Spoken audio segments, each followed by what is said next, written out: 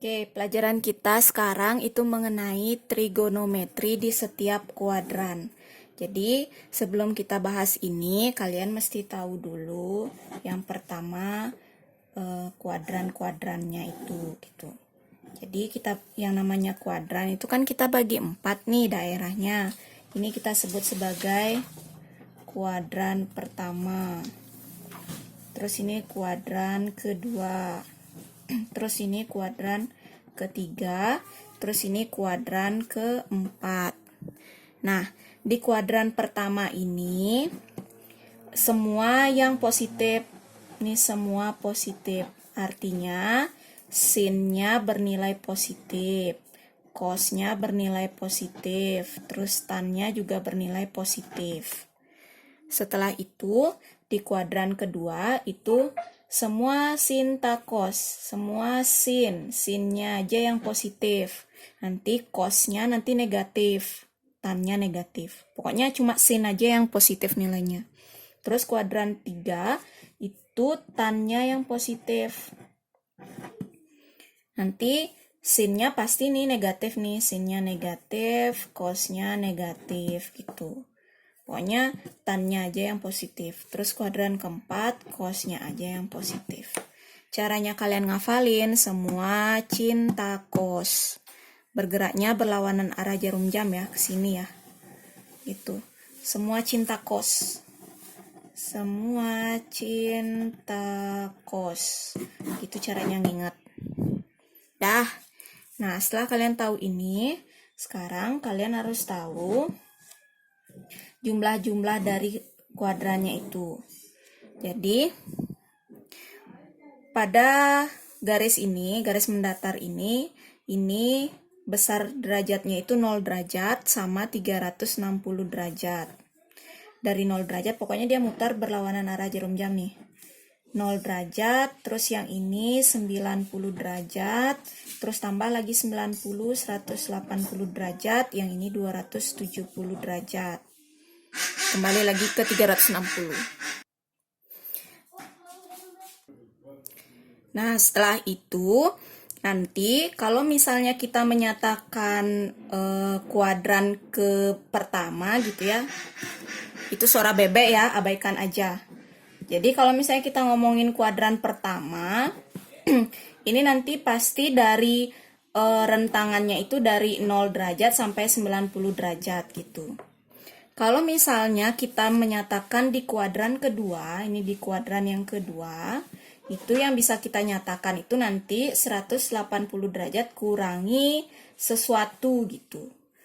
Kan kuadran kedua itu kan nilainya nggak boleh lebih dari 180 derajat nih. Makanya kita bisa nulis 180 derajat kurangin alfa. Alfanya itu misalnya nanti sudutnya berapa. Udah ya. Terus, atau boleh juga ini kuadran kedua ini kan lebih dari 90 derajat, berarti nanti bisa ditulis 90 derajat plus sesuatu. Gitu. Dah, terus kuadran ketiga juga sama nih caranya. Kuadran ketiga, ini kan lebih dari 180 derajat nih kuadran ketiga, tempatnya di sini nih. Berarti kita bisa nulis 180 derajat plus alfa, plus sudutnya berapa nanti. Terus bisa juga kuadran ketiga ini kan kurang dari 270 derajat. Berarti ini 270 derajat kurangin alfa. Bisa kita nyatakan sudutnya kayak gini gitu. Terus kuadran keempat itu bisa kita tulis kayak gini. Nah, ini kan 360 derajat nih kita ambil, berarti kurang dia dari 360 derajat. Berarti 360 derajat kurangin sudutnya, sudut alfa boleh kita namakan. Atau kuadran keempat ini bisa lebih dari 270, berarti 270 derajat plus alfa. Gitu ya. Jadi kalian bisa lihat ini. Begitu cara menyatakan kuadran-kuadrannya, besar sudutnya nanti. Setelah kalian tahu dua hal ini, sekarang kita akan mencari sudut-sudutnya di setiap kuadran. Misalnya kayak gini. Contohnya deh, Ibu langsung ambil contoh. Misalnya kalian ingin menyatakan sudutnya itu 210 derajat. Itu sama dengan berapa gitu. Atau jangan deh, cos 210 derajat itu berapa nilainya gitu. Berarti kalian bisa cari begini nih. Kalau menurut ibu sih ya, mending kalian pakai yang 180 derajat. Oke, yang 180 derajat gunakan. Yang ini dan yang 360 derajat. Kenapa gitu? Biar nanti sin-nya nggak berubah gitu, sin konstannya nggak berubah. Nanti ibu akan insertkan rumus yang sebenarnya, ringkasan rumusnya nanti ya, biar kalian tahu. Nah, kalau kalian lihat cos 210, ibu sarankan untuk jangan pakai 90 sama 270, tapi pakai 180 sama 360. 210 itu kan yang paling mendekati itu kan 180 ditambah berapa gitu biar jadi 210. Ya, berarti cos berapa nih 180 derajat ditambah berapa biar jadi 210?